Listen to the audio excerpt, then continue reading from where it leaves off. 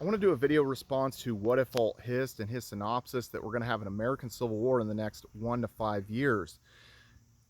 Why or why not do I think that we're going to have that? And then secondly, what are some of the things that could lead up to it, and what are some of the similarities? Now, WhatIfAltHist, he's obviously a very smart guy. He's like 23 years old. He dropped out of college, but he obviously read a lot of books and did a lot of homework, and he has above average intelligence and a very, very high aptitude to, you know, be able to field the rebuttals and answer and field certain questions around this and the similarities with previous revolutions and previous things leading up to it. Now, some of the things that he talks about is a minority that gets into power, also devaluation of the currency, and then just overall kind of frustration with the population, of feeling that there's a certain level of unfairness, or they're not able to have what would be kind of baseline kind of in the past, whether that be a family, and then even citing kind of certain statistics that actually, like marriage age going up and then people not having kids and stuff like that being another kind of like thing that ultimately results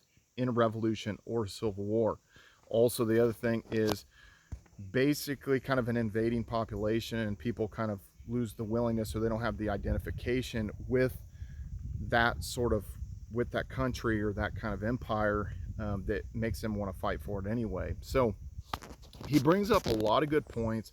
I do not think that we're going to have a civil war in the next 1 to 5 years, even in some of the worst kind of situations. And the reason I say this is because there's been other things that have been very divisive throughout our history. Since the American Civil War in the 1860s, there's been other things, like in the 1960s, the civil rights movement. You were having people assassinated. You had the Vietnam War that people were being sent to, and people protesting that, and people getting assassinated for that. That's one of the things that Robert Kennedy Jr. has talked about. He feels that John F. Kennedy, his uncle, his dad, Robert Kennedy, Martin Luther King, and Malcolm X were all killed by the CIA because they opposed the Vietnam War, which clearly was a money laundering event. Just like this Ukraine-Russian situation, and I'm not, obviously we don't want people fighting. We don't have kind of a horse in the race, so to speak, but the Americans are sending a lot of money over there to sort of support this thing. And a lot of Americans have kind of checked out on this because we don't have other countries sending us money, so we're just kind of being sold down a river with our tax money. And so the US is broke. These other countries are broke as well. Canada's broke, Australia's broke, and several US states are broke. So you have this very tumultuous situation with that financially as well. And even if you go back to 2009, and there were some of these movements like Occupy Wall Street and these kind of things where people were disgruntled and these various different things, but money-wise, they were able to paper over the situation. And then we're in a worse situation. We've just kind of kicked the can down the road.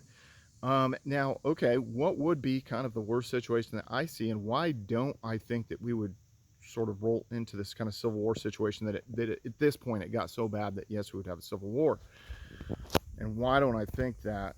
For one, I just don't think that people are gonna really kind of take up arms and kind of feel the need that they want to be a part of that. It is a human nature to want to be a part of something, but I would rather be a part of like hanging out on the beach in Bali or in Thailand than go into some kind of city state and be trying to sort of end up in some kind of weird gun battle with a bunch of soy boys or something. I just don't really see myself doing that, and I don't think a lot of other people want to do that either.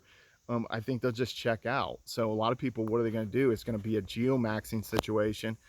They're going to go to some of the states that is more conducive to their kind of lifestyle, whether that's like a homesteader lifestyle. So you have conservative people moving to Arkansas, Missouri, moving kind of to this more rural areas and stuff like that, where they can be more self-sufficient. We already see a gravitation towards that. And we see these trad wives, whether they're, fake or real, half the time and stuff, they're trying to live this 1950s housewife scenario on TikTok.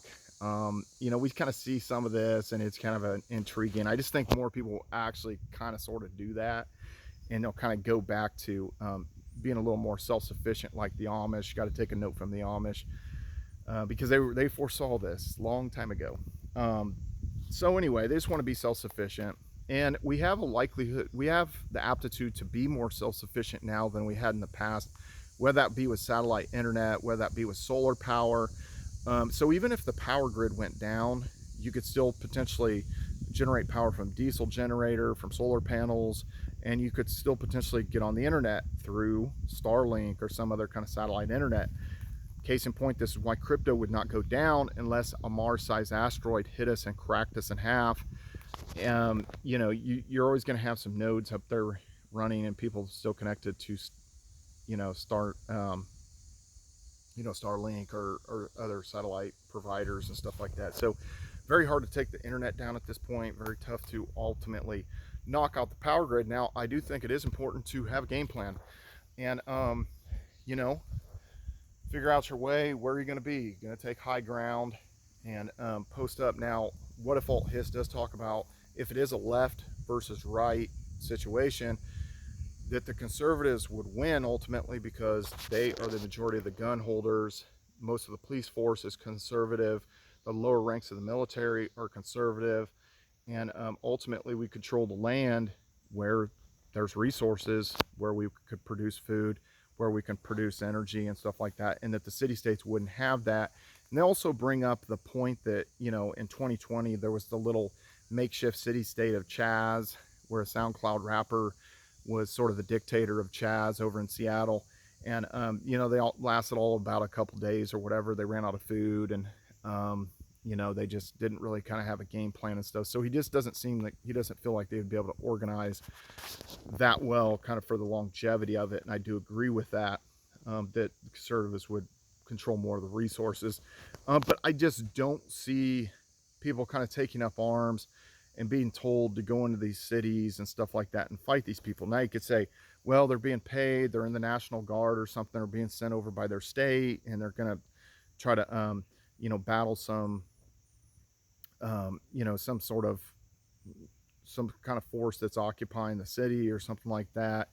And, you know, I do think we would maybe have that kind of on a low level. But I don't see a situation where it's some sort of all-out civil war. We have had divisive situations, obviously, with the elections, and a lot of people do believe that obviously Donald Trump did win the 2020 election. People sort of let that go, obviously, and they've tried to do anything and everything to bankrupt, imprison, and potentially assassinate Donald Trump, and they've done everything to keep Robert Kennedy Jr. off the ballot. So they don't want these other people sort of involved in the democratic process, and they're going to attempt additional things leading up to that. But I think ultimately, even though our currency is devalued, people are getting their teeth kicked in with inflation. It would have to get really, really, really bad to actually have a full-blown civil war, because even if they put Harris in power and she really only legitimately had 30% of the vote and people were mad about that, I think people get loud on social media, and then they'd have to go back to work and be working 60 hours, 70 hours, 80 hours a week to try to survive. And they would just move to more rural states, move to North Dakota, Missouri, Arkansas. They would just kind of carve out that. Or they would move overseas. You'd have a lot of passport bros that just moved to Thailand, Bali, you know, Poland, Croatia, these different places like that. So what do you guys think? I just think it would just have to get overwhelmingly bad. And I think we've been through way worse times in the United States, really kind of than we've had. We're in trouble, don't get me wrong. And that's why crypto is so important, to protect your assets and everything. And I just don't, you'd have to take out the entire internet to get rid of crypto. And even if there was tumultuous times and stuff, and people were very upset about the path the United States was going in, it would have to get really bad. And I don't see that happening for 20 or 30 years. Like if it continued to disintegrate from where we're at, I think it would take longer. Now we are bankrupt, and that could get worse and worse and worse, but could draw back in some of the spending and stuff like that and try to paper over it for probably a couple more decades potentially. What do you guys think? Do you think we'll have a civil war, an American civil war, in the next 1 to 5 years? Leave a comment below. Subscribe to this YouTube channel and follow me on all social media at Brian Phobos, YouTube, Instagram, Steam it, Twitter, Hive, D2 Blur, everywhere.